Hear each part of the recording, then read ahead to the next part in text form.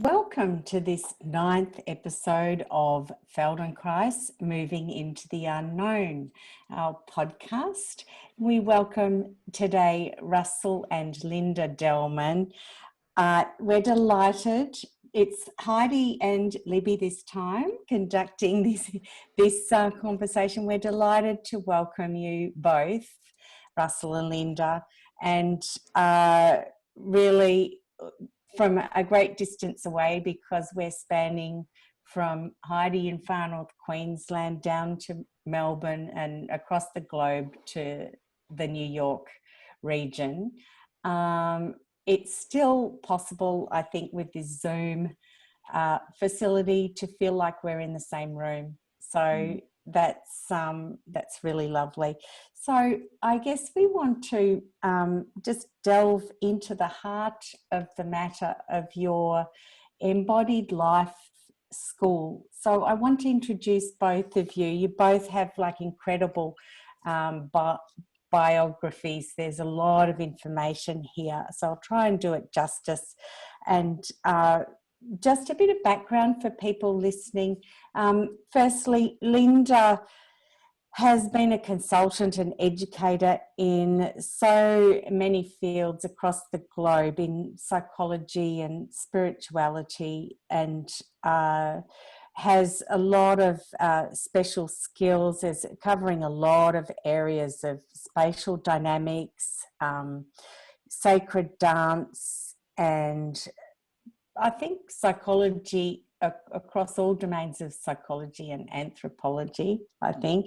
And Linda's actually written several books, The Standing Gestures of the Embodied Life School and Movement Essentials, which I think reflects their work in the Embodied Life School. And together, Russell and Linda have been married for 47 years, so that's a really enduring partnership together. And you're working together as well.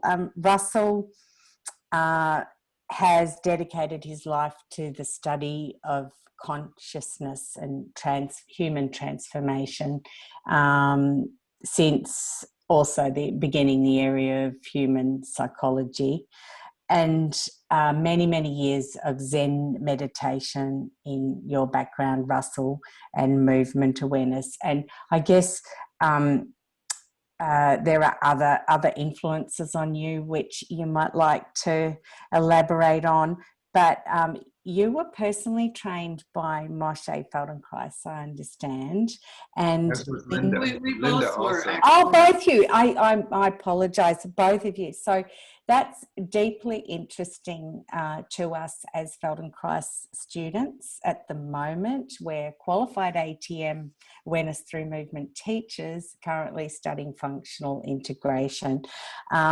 So your background, both of you, in training Feldenkrais practitioners is very extensive, as well as then spinning off into your own work. And I guess that's where I need to ask the question, how did that begin at your relationship with Moshe from the beginning?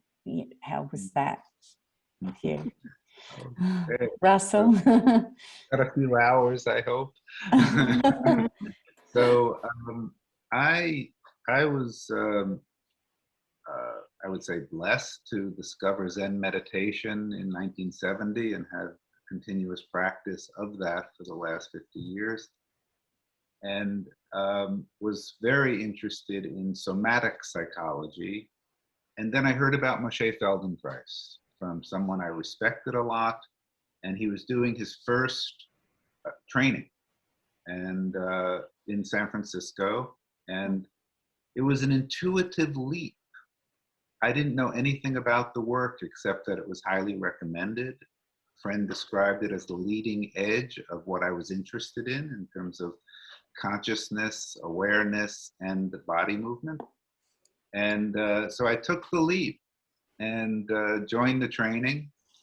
Linda was always very interested. She couldn't do the first training, but she would come and visit as a guest. and got the bug. So she joined the second training that started 5 years later. In the meantime, we went to visit him in Israel and got to spend time with him there. Yeah. So we were got very close with him, actually. I was one of the first people chosen to be a trainer when he couldn't train people any longer. And, together we have trained many, many people, more than 3,000 people when we go to all the 50 plus trainings we've been part of. So quite an extensive career. And after he had his first stroke, I had the great opportunity to go and stay in Israel and give him functional integration lessons. And we got even closer during that time. And what was also true, what Moshe always knew, was that before I started with him, I was meditating, and the Zen tradition was very important to me. He very much respected the Zen tradition. We had numerous conversations about it. So I started, after about 15 years of consistent Feldenkrais practice and maybe 10 years of being a trainer, realized that in my private practice and when I was doing seminars on my own, I would want to also teach people meditation, because there are certain things I realized you can learn in movement that you can't learn in sitting, in meditation. And there are certain things you can learn in meditation, sitting meditation, the way we teach it, that you can't learn in movement, or very rarely learn in movement. So I was feeling a little bit, I couldn't bring certain things that were important to me into the trainings in a way that was respectful of the trainings. Mm-hmm. I was also for a very long time working with how feelings and emotions live in the body. And I couldn't directly work with those. Certainly indirectly we work with those in the training. So I started to have a parallel path in the mid-90s of running Feldenkrais trainings with Linda, and I started doing embodied life retreats and seminars until about, the early 2000s. I had a real realization. I said to myself, if I only had 5 years left to live, what would I be doing? And I said, I need to really focus on, as much as I value and respect the Feldenkrais teaching as a complete path, I needed to bring my life path forward. So I created the Embodied Life School and the Embodied Life trainings to have that. And there was about a 5-year period where I was doing both. I had my Feldenkrais trainings, our Feldenkrais trainings, and the Embodied Life teachings. And then at a certain point it became, I just have to focus on this. That's exactly what Moshe said. He said, don't be a me. He said, get your own handwriting, take from the Feldenkrais work and make it your own. And so, especially I think in the first training program, a lot of his colleagues, which I got to know very well, Linda Tellington-Jones, Roger Russell, they really did make their own handwriting and create what lived in their heart and mind. And the Embodied Life is Russell's heart and mind. And I really was the joy of joining that about 5 years ago. So it's interesting. I wonder for people, because it's a bit mystifying, to hear the word embodied life. Right. How did that come to be, and how would you describe the way that reflects what you actually deliver? Yeah, well, one thing that I feel, I guess a little bit of pride about, maybe, although I don't think pride is the greatest feeling to have, is embodiment has become such a popular word, but back then it was unknown. It was really it was just coming in. And when I first heard it, I didn't invent it. When I first heard it, I had the sense, this is what I'm really working with. What is that? It's how when we can be present in our bodily experience, that's a ground, an infrastructure for being present in the world. Mm. And I, through my Zen practice, and Zen's a very physical practice, it's learning to sit and be present in your body. And I realized that, oh, the essence of what I want to help people get is through Feldenkrais movement, and especially some of the Zen monks I worked with, they really needed the movement work, through the sitting practice, and through the third element, working with how we carry feelings in our body, not turning it into psychotherapy, but awareness of how we embody, how we carry in our bodies our lived experience. Embodiment is about carrying in your body, being present in your body for your lived experience, how you meet your relationships, how you meet your breath, how you meet a difficult conversation. Can you be grounded in your body? Can you be breathing? Can you know when you're clutching? And bring your awareness and your kindness to that. Mm. So embodiment implies something much larger than the physical body. Mm. It implies the human being present through the body. And that the idea, Linda, of just the spaciousness, I guess the thing that I'm interested in is the time and space elements that you bring into your work, and the idea of us as human beings having both the inner world and then our relationship to the outer world and outer environment. It's a very interesting journey to go from the Feldenkrais world, which I benefited from so much. I was always I was a gymnast. I was someone who could do every movement easily, and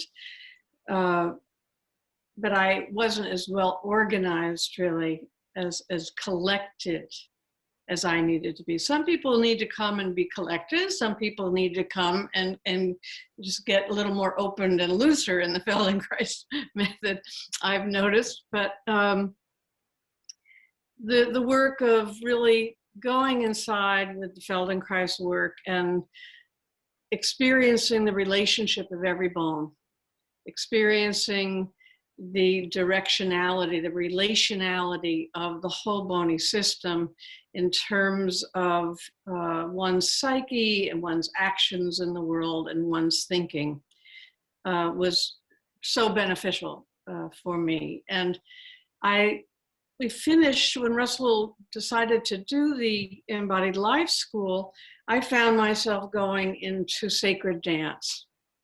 And it was through sacred dance that I discovered this relationality with the other in an upright movement, in a spacious quality, more like what Moshe did with choreography with us at the ends of lesson. You know, he would have 200 of us moving at the same time, which I think people don't probably do so much anymore. But with sacred dance, you enter in, like Zen, with Russell's Zen practice in a similar way, you enter into another atmosphere. And of course, there's also music, living live piano music to classical music, which is very formed. And there's an entrance into a spaciousness with others that gives a kind of for me, a new introduction to levity, to wholeness, and to an open quality of sensing what's around me in many, many, many degrees of spaciousness. So then joining the Embodied Life work, they all came together, so that I had the ground and I had all the space around and could really be formed by the space and informed by the skeleton. So I think sometimes with Feldenkrais, I know Moshe did allude to this, but I tend to get sometimes sucked into my internal self and the environment becomes nothingness. But you're really speaking to this being one almost entity. Yeah, this is a critical part of the embodied life teachings, is that we can't be whole in ourselves. We can be whole when the physical body, what we call the feeling body, the mental structures, our symbols, our thoughts, and the environment, what we call the greater body, are all together. That's integration. We can't be integrated. We can't be whole in our skin boundary. Awareness, and Feldenkrais knew this, I believe he would have been working toward this direction. Awareness is larger than the physical body. Awareness is larger than the individual nervous system. We are connected to each other. Our systems are connected to each other and to what we can call the greater body. Certainly gravity is part of the greater body. This earth is part of the greater body. The atmosphere around us. And you can keep growing that out to where, for example, in meditation, you begin to have the experience of the dropping away of the body, the dropping away of the individual mind into what we call spaciousness. And you find that spaciousness is part of is awareness. Awareness is spacious. And so what we find is it's really healthy to get a good boundary, a good skeletal sense. I am here on this spot. I am grounded. I can feel myself. But that is a beginning. To end there is too small. The physical body is too small for the human being, for awareness. It's too small for love. It's too small for what really moves the human being. And so to have that is essential, but it's not enough. We also need the greater body as part of our living experience. Not theoretically, not as New Age talk, not as a concept, but in how we move and how we begin to experience awareness itself as including our space. So would you say that as you evolve, I guess, from your internal self, that yourself becomes bigger, literally, that you not necessarily interact and respond, but become that whole space? Is that how? Well, almost, Heidi. I would say it more like, it's not that you become bigger, it's that you realize you always were. So it's not like you're growing something new, it's that you're entering the territory that's been here, but you have not been guided to include it as part of your being. The people who get closest to it mostly don't do it in a healthy way. They disassociate or they get blasted out of their body. Yeah. But they don't have the ground. So, or they use drugs or something that they can't be conscious right. doing. So we really need a real balancing of deep embodied here-ness, structure, physical body, breath, ground.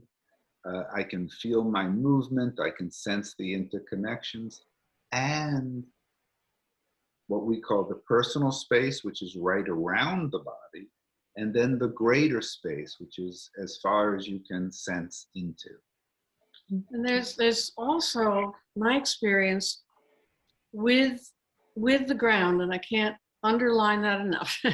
One doesn't do any of this work without the ground. And so we do spend a lot of time really, we have many Feldenkrais students in the Embodied Life programs, and we're grateful for them because they really know how to do that.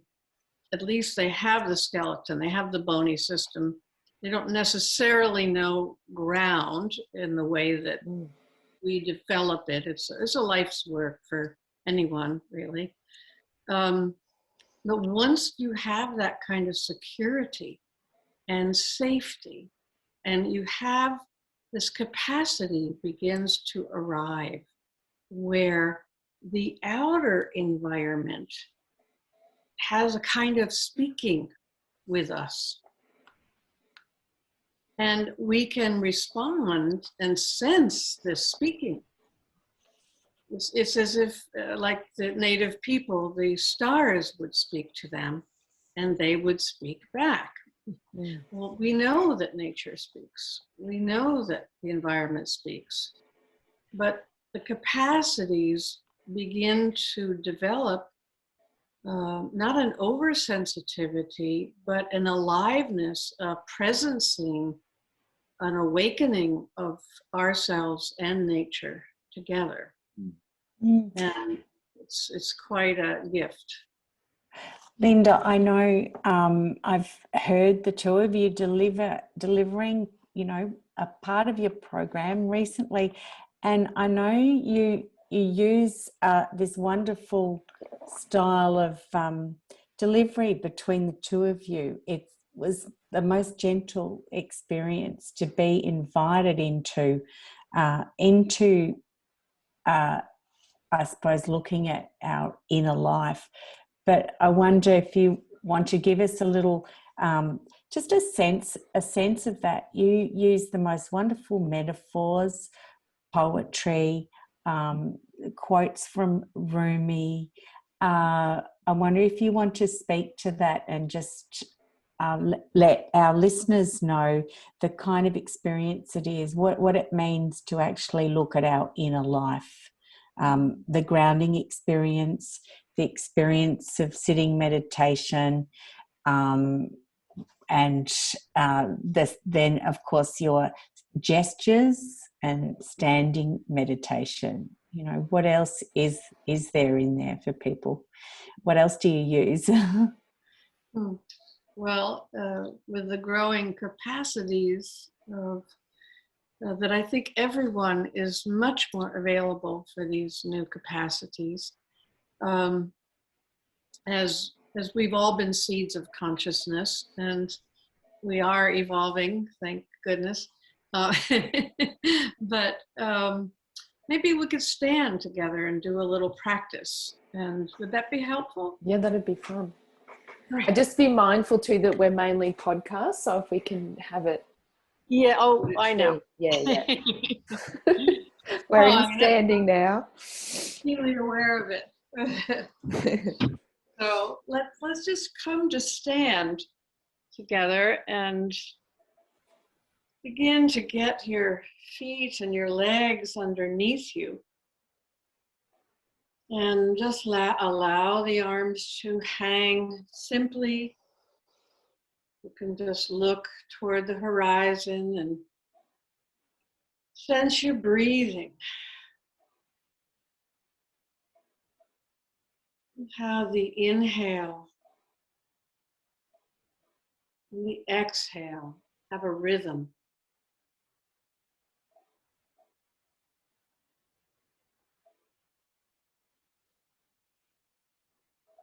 Learning to listen to the breath and to the rhythm.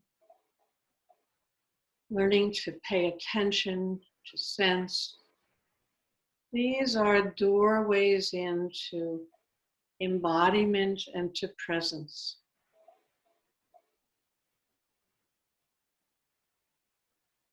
We begin to sense the soft part of the foot, the sole of the foot. And then the toes and the heel, the bony parts in front and behind and around. Begin to imagine you're in the northern hemisphere, it's spring, and down there you're fall, looking toward winter. And so these roots, we'll imagine these roots coming down from the middle of the foot, breaking through the earth, with our attention, we'll imagine large, deep, old roots seeking nourishment from the earth through the layers of the earth with our imagination. And you might notice you're also dropping in a little more into the pelvis and into the legs, because your whole body, your whole organization is finding its way to stand in this field of gravity.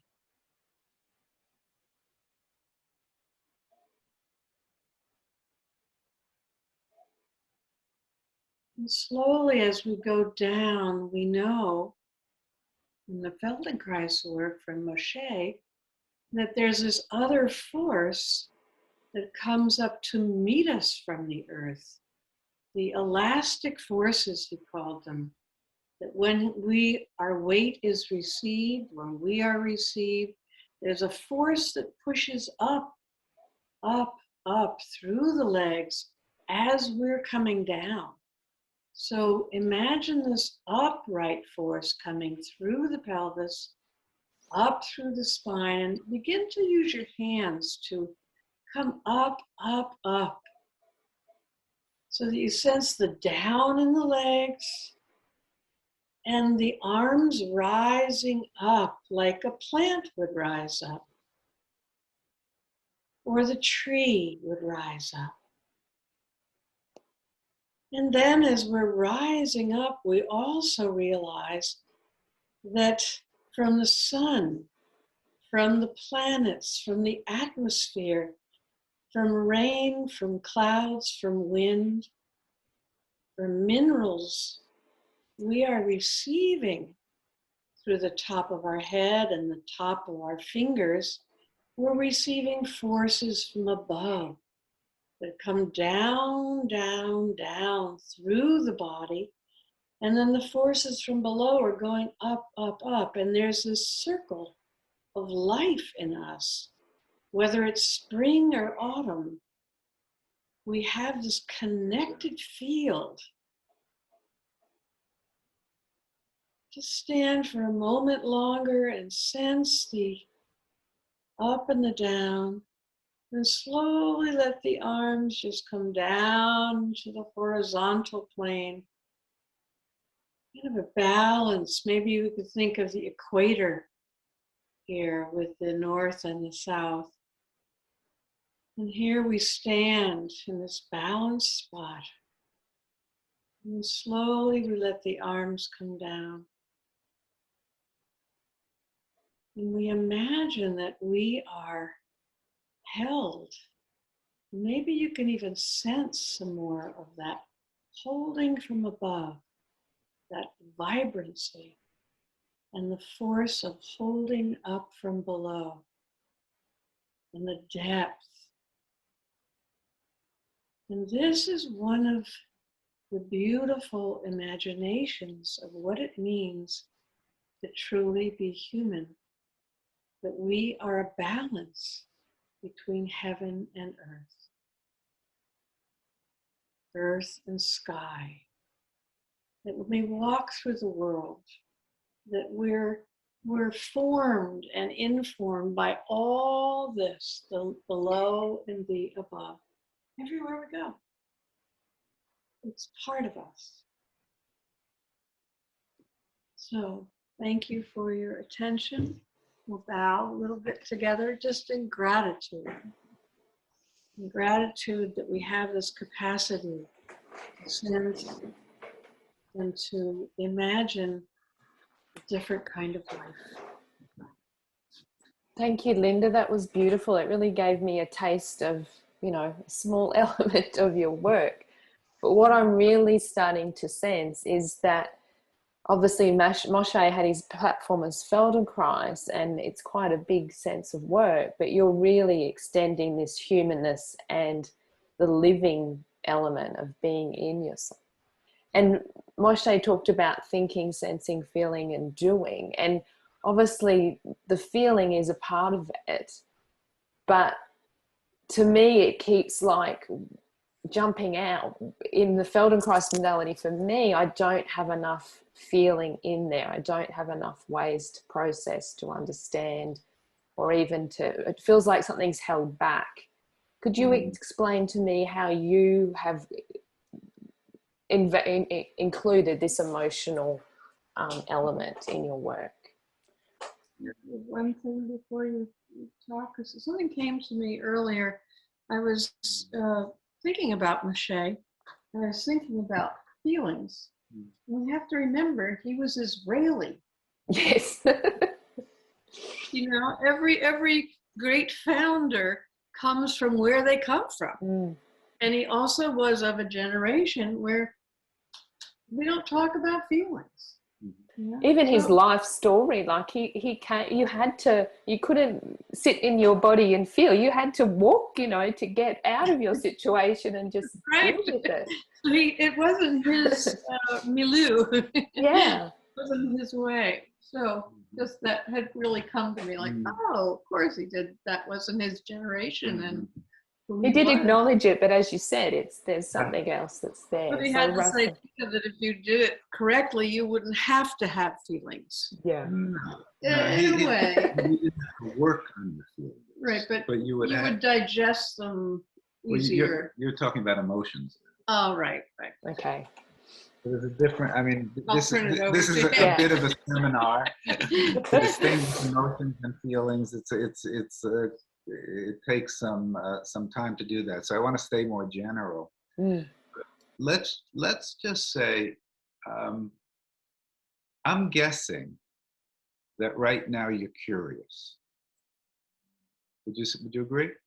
Yes. Maybe some of the very much so. Yes. Are listening right now are curious.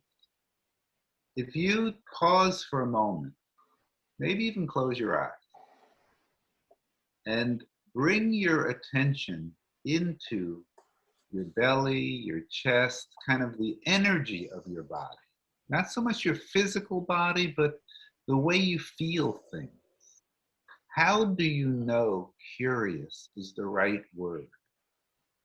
What is alive in your physical experience, deeper than your bones even, that says, oh yeah, I know I'm not bored? What is it that tells you curious is right? Do you have anything there? I do. So it's almost like the energies for me is coming out from my body towards you, and it's almost trying to grab and grapple at you. And your gesture is a beautiful expression from the inner life, from the feeling life. So we do a lot with gesture. Yeah.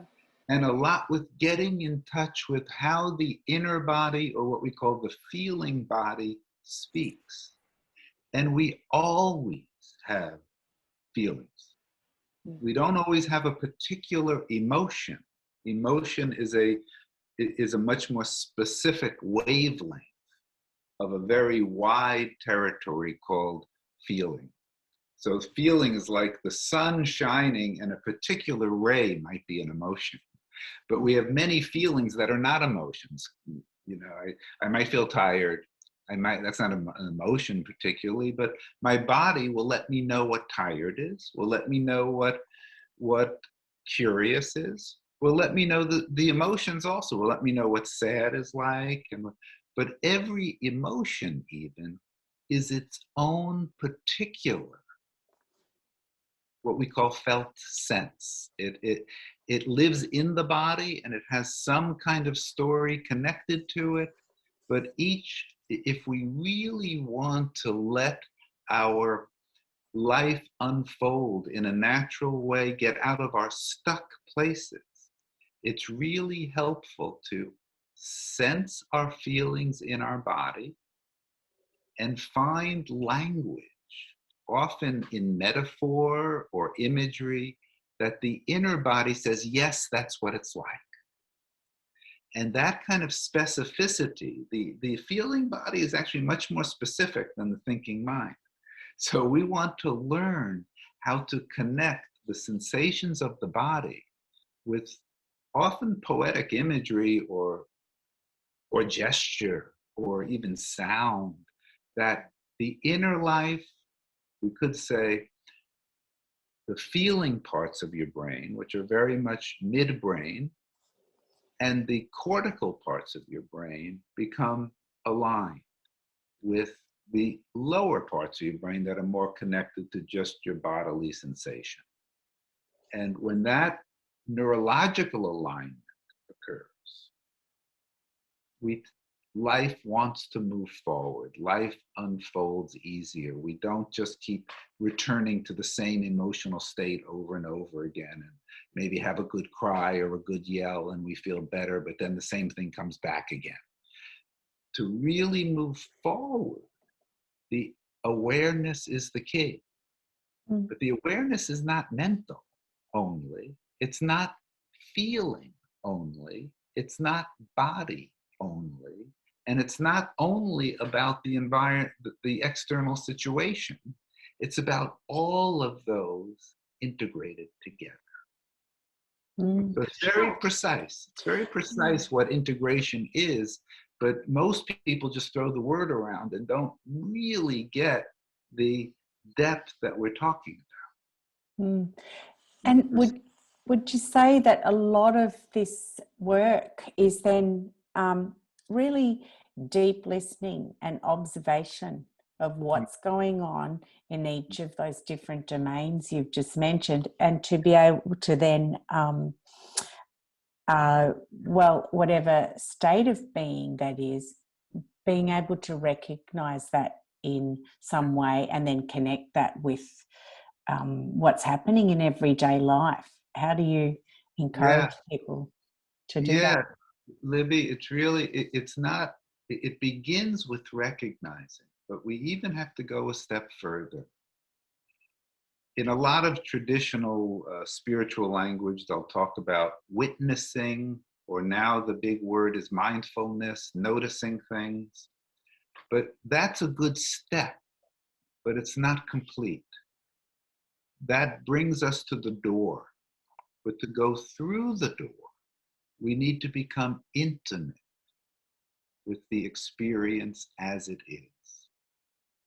And intimacy is how this, to feel it in your body, to have the right names and words for it, to sense its meaning in your life, how it's connected to the world around you, and to just be able to be with all of that in a way that your whole inner life feels acknowledged, welcomed. You're not standing back looking at it or calling this good, this bad. You are entering the reality of your embodied experience. And I guess some people might think, oh, well, hearing that we might need to be using language to describe this, what's going on. But I'm just recalling the fact that we have, the way you put it, I think, was an inner language, and then an inner conversation, and also then we have a public language. Can you explain a bit more about that? Yeah. So public language, the language we're all used to, lives mostly in our left hemisphere. And things like, oh, how are you doing? I'm anxious, or I'm sad. That's wonderful when you just want to have a quick communication. But when you really want to sense what's true, anxiety, it's kind of like it will bring you to the right city, but not to the right house. Anxiety is a big concept. What is this anxiety? Oh, I'm worried if I'm being understood right now. I'm making this up, but let's make believe. Okay, now the anxiety of not being understood. Now I'm at the right street in that city. Let's see, am I going to be understood? Oh, maybe, maybe this is one of those times where they start judging me and I start feeling insecure. Now I'm at the right house. It's bringing up that old insecure, oh, it's like, oh, I'm kind of like a little boy frightened about being understood or not understood, and I'm feeling that squinchy place in me. Now my inner life feels seen and heard. Anxiety was the public language. This is the actual experience. Squinchy. Squinchy. I love that. The It's a new squinchy. word. The squinchy. Never heard Squinchy. squinchy before. And what's amazing, what's remarkable is when the inner life feels seen, heard, acknowledged, and welcome, it lets go. That's the power of awareness. If we only stay in public language, it doesn't feel really heard. And a lot of psychology lives in public language. Yeah. And it's unfortunate. And then it also becomes, it's not only that it's given all that and you hear, but it becomes that then a resource that when you next feel anxious, you will think, oh, is it that kind? Is it that? Oh no, this has a little different flavor to it. You begin to know thyself because you're listening, you're wondering, and, or if it is that squinchy, oh, there's the squinchy again. Hi, how are you doing? It's okay.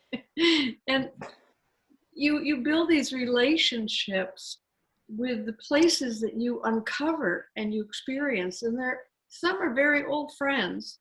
Some are old enemies. And those you should keep closer. But this is a big move that Linda just identified. It's a big move to be able to say, hello there. The I of awareness says hello to the anxious place. I am not anxious. Anxiety is one of the 10 million things that can live inside of it. And I can take care of it. That's awareness function. And the I can help us help. It's like the guest house poem, right? Yes. We have all these guests living in us, and our job is to be spacious, to allow them space, and to listen to what they need, as if we have this orphanage of children living within us that needs care and needs listening and needs our presence and needs our laughter and needs all of that. But without the education, without the experience, one just is those things. Right. They take over. We get hijacked. Take over, and we can pretty much tell when a really great clue is when the thoughts are repetitive and they're the same thoughts. We know the I isn't functioning properly, and that's not the I speaking. That is just the old tape that wants to go down that road. Is that kind of a cue then for deeper listening? And I've heard you refer to it as resource building. And right. And remember, Moshe was his main subject. I think a lot of Feldenkrais people don't see this so clearly. His main passion was the freedom of the human being. The possibility of that.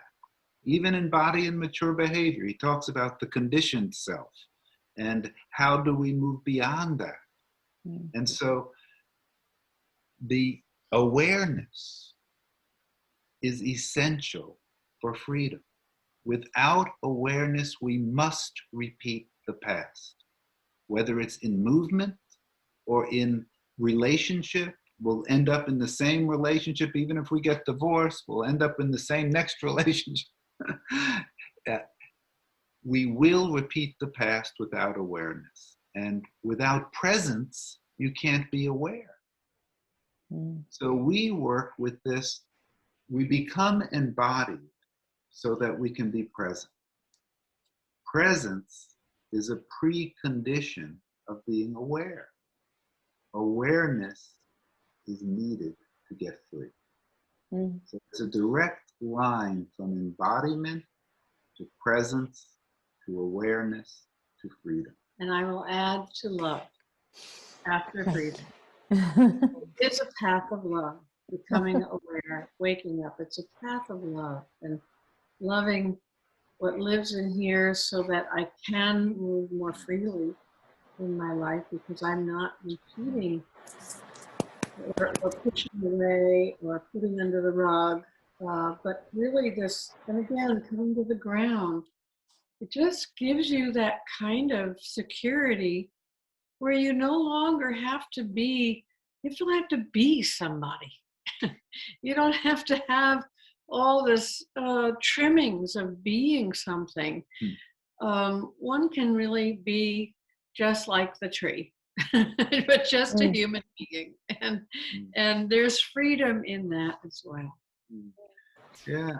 Yeah. What would you, I'm really curious that there's lots of people, obviously the way we enter our world is there tends to be a tendency to actually retract and disembody.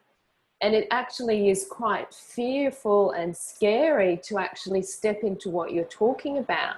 Right. Can you speak to what that initial sort of, can you give some encouragement or, you know, ideas of how to get to that initial place? Well, two very important things. One is warmth. You know, and you can have, what gesture we use a lot is we place our hand, usually our left, on our chest, and we really listen to, oh, hi. And we sense the weight of it, the shape of it, the temperature of it. And if you hang out for a couple of minutes, you'll feel yourself getting a little different. You just kind of drop some of the edges of the not wanting to be here. And the other is humor, which Aussies are famous for.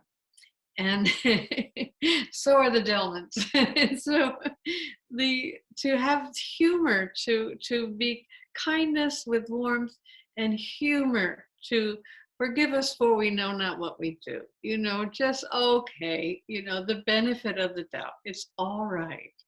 We're all full of all this stuff. And we're moving forward slowly but surely.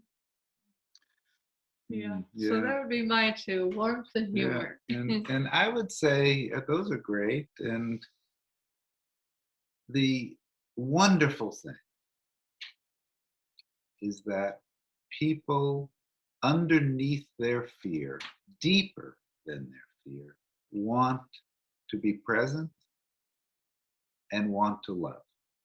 Underneath, before, even people who've had terrible backgrounds. I've worked with so many people with really horrific backgrounds. And underneath, each person has something in their life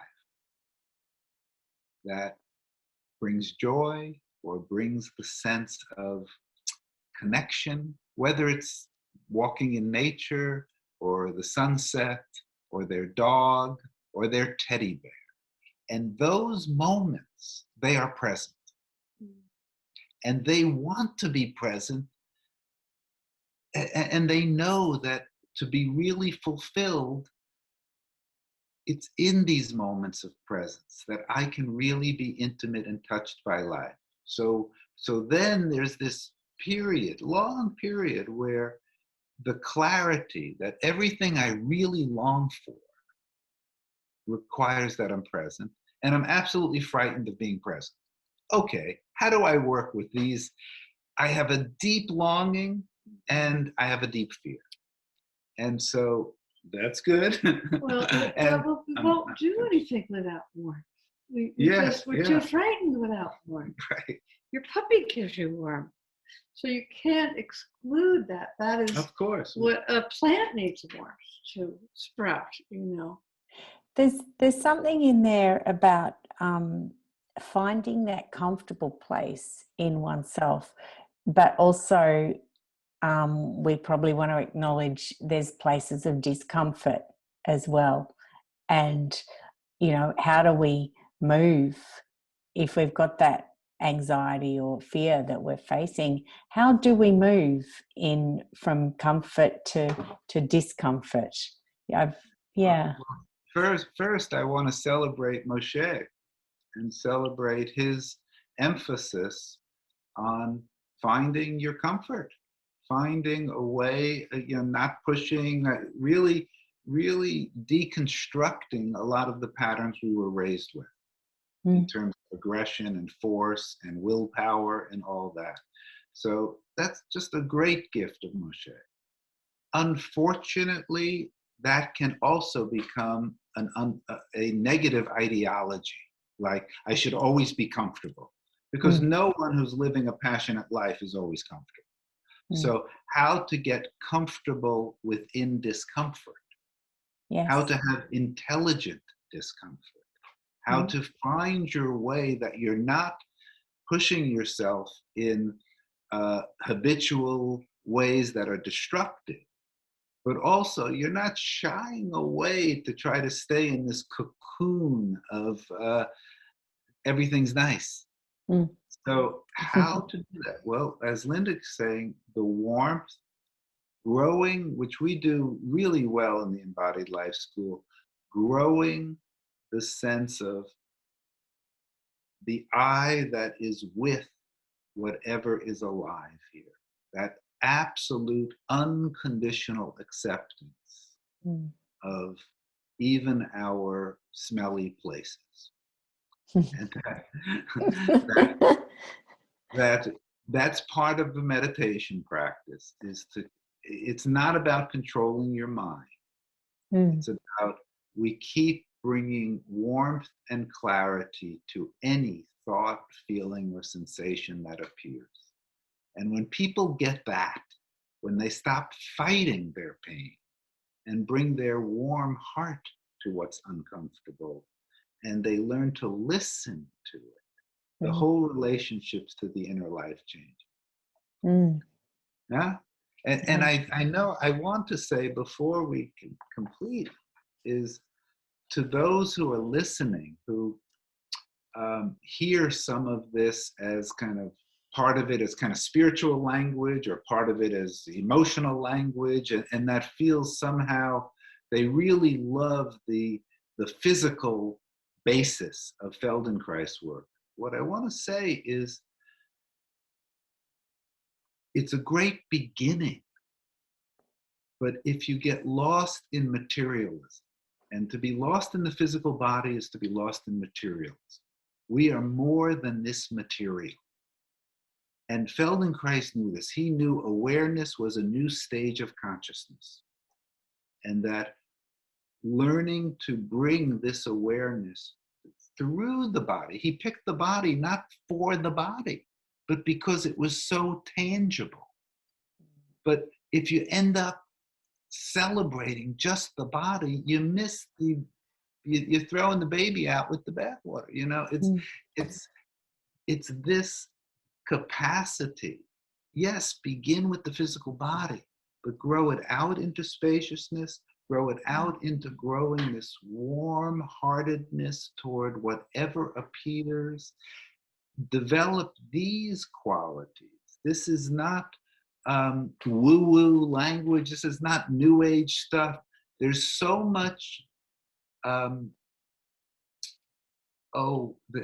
so much of what we're saying for certain people that, that's a kind of new age thing, or that's a kind of, and I just want to say, it may sound like that, but it's really different. We are talking about being grounded in our experience and really being able to take the principles that the nervous system learns by and enter new states that are available to all of us. This is based and helpful for every human being. So just as in functional integration, how helpful it is to be able to help someone's relationship of their shoulder to the right and to the left. But that's so important when there's a difficulty, or when there's someone who wants to improve their singing. We have ways to help that, but these are also ways to help the human being who's carrying all this, which you cannot see. And that is how we help, and we help through movement, and to also enter into the relationality of one another and the world we live in. Beautiful. Yeah. Thank Let you. me say, add one more thing for Feldenkrais people. You know, you can apply. We have worked with many people with really difficult back conditions. And you work on their back, they get a little better, and then they get worse, and then they do a movement, they get a little better.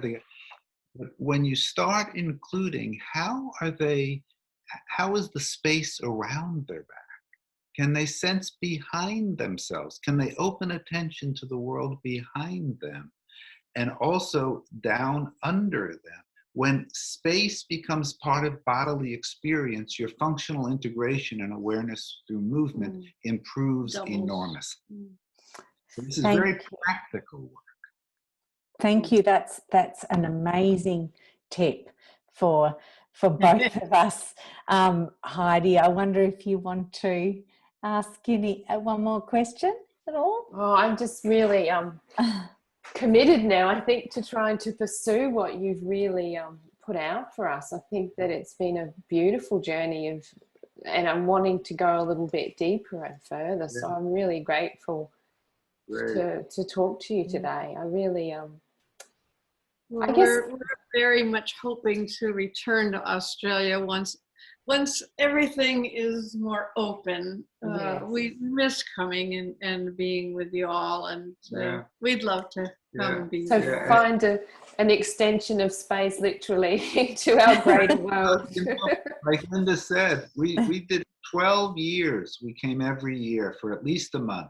Our daughter was raised with stories of wombats and koalas, and still to this day we had an au pair from Australia who traveled with us. And she had her neck to knees when she was 6 years old and would go play in Perth and in Brisbane. We went to the Princess Di and Prince Charles. We were taken to the Opera House for their arrival. When they came in on the bicentennial, we were there.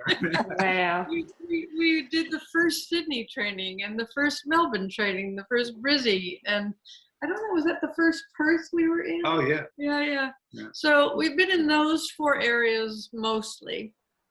And I guess we started coming in the very first Sydney program. In 88 or 89 was our first time. We came every year until 2002, I think. Liliana was 3-4 months. Yeah, something. So please come again. We'd love to. We're so lucky that you've had such an extensive background in Australia, and definitely we'd love to, once our borders and boundaries are open, we'd love to keep that connection happening. So I think it will happen. Wonderful. I think it's a wonderful teaching to pass on to the continent. Yeah. So thank you so much. I really personally enjoyed it, and I hope lots of other people will enjoy this recording. It was such an experience to talk to someone who gave Moshe Feldenkrais functional integration lessons. It's just beautiful in itself. You've shown us the preciseness of being able to be in ourselves so that we can start dropping some of the edges that we've accumulated. You showed us how trying to bring that warmth, the actual gestures and the human, so that we can become such greater human beings and really expand to our full capacity. So I'm so grateful that you've been able to share that with us today. So you can reach Russell and Linda on the embodiedlife.org website. They've got lots of amazing products that I'm definitely going to be looking into. Linda has a YouTube channel. Russell's been part of the production of a book called Embodied Meditation. And Linda's also got another book called Embodied Spaciousness. So these are all beautiful resources that we can look towards. So thank you once again, Linda and Russell. It's been an absolute pleasure to have you today. Thank you both. Thank you, It's Libby. been delightful. Thank you so much. Thank you to moving Linda. into the Thank nose. Thank you, Heidi. Thank you. Wonderful day.